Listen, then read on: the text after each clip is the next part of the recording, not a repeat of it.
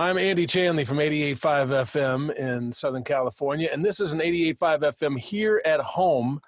It's our video conference interview series, and today joining me is S.G. Goodman. Welcome in. Well, thanks for having me. Yeah. Where are we talking to you from? Where are you hunkered down? Murray, Kentucky, so Western Kentucky. All right, nice.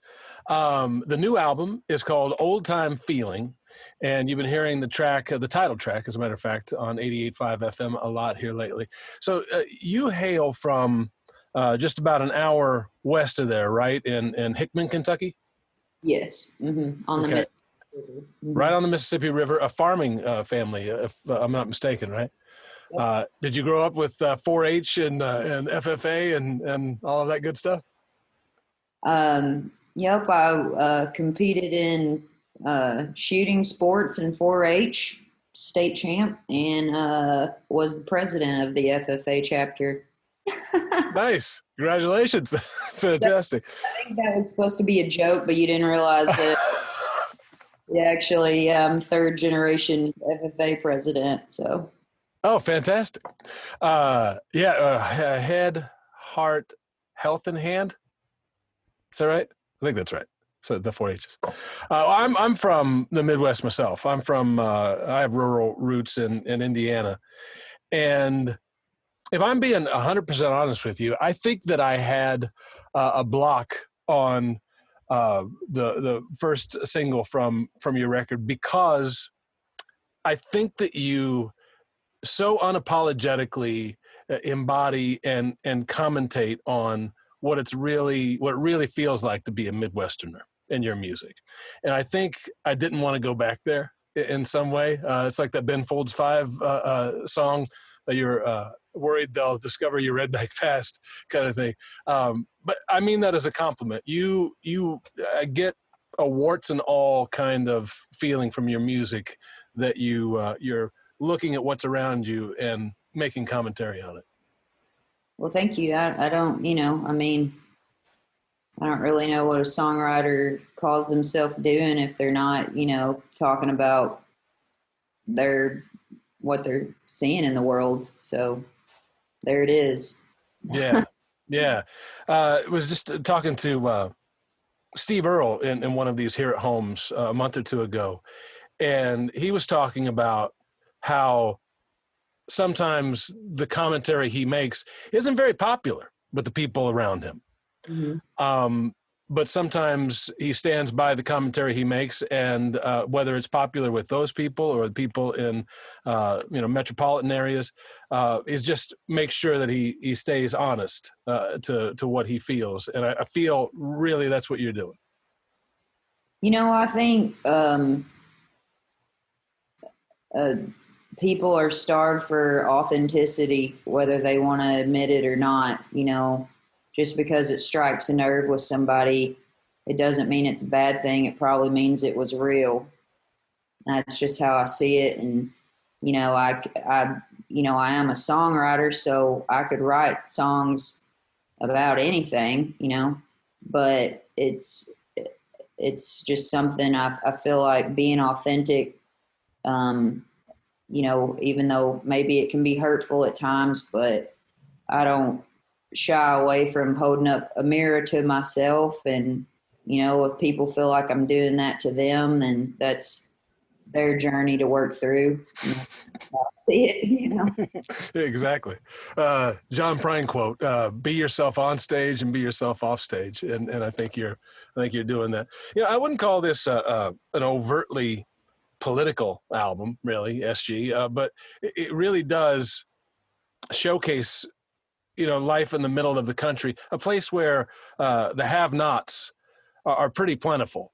I looked up the information here on the 2000 census. 25% of the people in Hickman, where you grew up, live below the poverty line. The median household income is about $21,000.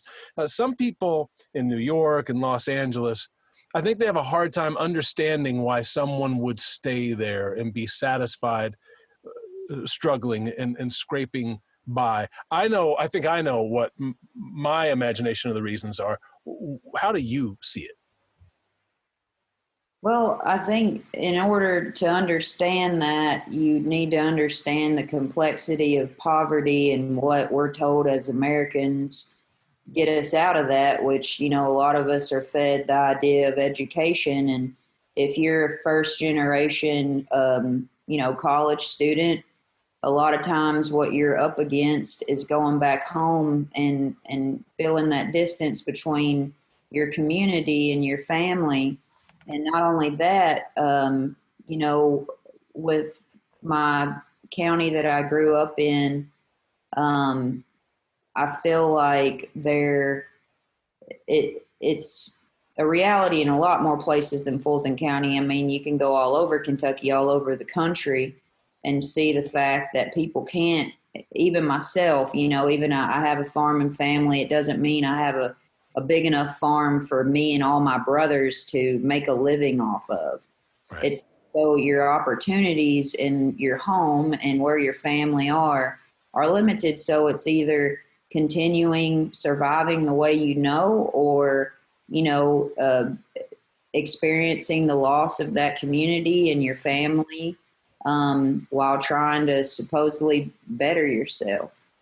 But poverty doesn't mean people are, not living a fulfilled life or being, happy people. That's not, that's not connected, in my opinion. And I feel like that's something people need to consider when they're making judgments on rural places and why someone would vote against their best interest. There's a lot of conditioning going on and a lot of the mirroring from the coast and larger cities of how we should identify with ourselves and those around us. So, it's a real complex issue, but I feel like the full story rarely gets told.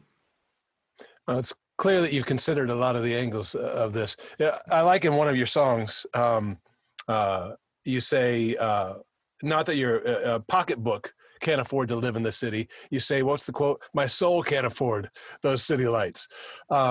There's a mutual lack of understanding, like you say, between rural Midwesterners and people who live in the city, and I think maybe rural Midwesterners, like you're saying, may also have a misunderstanding or a lack of understanding of how people in the city can live their lifestyles the way they do. Yeah, I mean, for me, I feel like that line specifically, there's a lot of aspects of who I am that would make living in a more urban area probably in a lot of ways an easier life for me, just with dating or whatever, but Recording, all of those things. Yeah, sure. all of those things.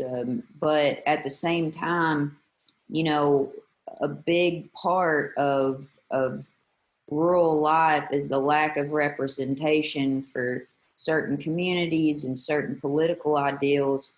And, we see these generational cycles happening all around because people who are more progressive or, in a marginalized community like LGBTQ or whatever, they jump ship and seek out those refuge in different places. Well, even though that's easier, and believe me, especially recently, I'm like, man, I don't know about this, especially in the political climate right now, but we can never expect change in the South and in rural places unless people stay and represent a, a more progressive outlook on legislation and things. Change things from within, for sure, for sure. Tell me about the process of recording the music for this album. It certainly sounds to me like you gathered some really capable people around you, and it sounds like you had some fun. I mean, you didn't, polish it all until it gleamed. There's a grittiness, an earthiness to it.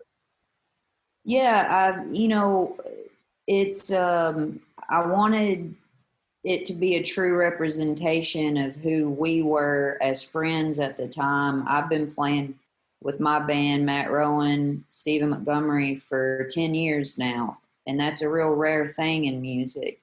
Yeah. I've lived with all of them. We're like family, and we haven't, gotten divorced or anything like that between us. And it's a real odd thing. So I wanted you to hear Stephen talk at the end of big girl now or whatever, because you're just capturing a moment in time, and once it's gone, it's gone. But you know, if I hear a flub or something that doesn't rub me the wrong way, it's just we were real live humans making a record, and that was purposeful. And I feel like if someone comes to see us live, they're not going to be like, well, that didn't sound anything like the record. They're probably going to say that sounds better. So just, yeah, kind of honing in on that. But yes, I did work with a really amazing team, and it was important for me to record it in Kentucky and try to have as many Kentuckians on board. Kentucky is a very musical place, but we don't get credit for it all the time, because, you know, cities like to hijack us and claim us as their own. And I wasn't going to let that happen with my music at this point. Well, it's like John Mellencamp when I, was growing up in the '80s. He refused to leave Central Indiana, and Bloomington was where he was going to be. Everybody else can live in the big cities, but he made sure he hunkered down and stayed true to his roots in that way. Tell me what your first instrument was. Was it guitar? No, my mother had me take piano lessons probably around the first grade. And I mean, it was fine, but I didn't really have the attention span or the desire to deal with all that. And so, and I was forced into performing, and I don't typically like anything I'm forced into doing. So as soon as my first recital came along, I begged her to let me quit. And when did you start? I'm assuming you write on guitar for the most part? I do. I'm not classically trained in any way. I play by ear, and honestly, it's kind of everything I know is from really watching other people. But yeah, sometimes I'll write lyrics first without any instrument. I mean, honestly, I used to have a little Sony recorder that I would walk around with, but now the iPhone has the voice recording, so it's got about 500 voice recordings. I've got the same thing. Yeah, I've got little song snippets in my phone that nothing's ever going to happen with most of those. But it's if you don't do it, the moment's gone. It's like waking up and having a song in your head in a dream, and you're like, oh, I need to remember that. And you won't. In a half hour, you won't. My problem is I don't label them. So it's just a total shit show when I'm trying to find something. Well, then you got to go listen back to all of them. Maybe that's a good thing. So what do you think you'd be doing now if you weren't doing this? If you weren't making music? Where do you think your vocation would lie? Well, I graduated with a philosophy degree, and by the end of that, I knew that I didn't have it in me to seek a PhD in that. But I'm really interested in mental health counseling, and I don't know. There's a part of me, I like to study things that really are not lucrative in any way. I'm not a churchgoer, but I'm a nerd when it comes to theology and doctrine and things. And I would never want to be a preacher or really anything, but I would love to study it forever. And so it's just I'm just a nerd in that way. But I would imagine I would probably try to become a therapist, honestly. Awesome. Good for you. Yeah, I was just talking to Blitzen Trapper, Eric Early from that band. He lives in Portland. That's his day job now. He's a social worker, helping people transition from homelessness to occupation and having a place to live. It's really cool. Well, you were scheduled to actually go out on tour with Not a Surf this spring. I know that that's a real favorite of mine. Matthew Cause has been here a couple of times in the last few months. It's a really good company. So you got this LP release that you're proud of.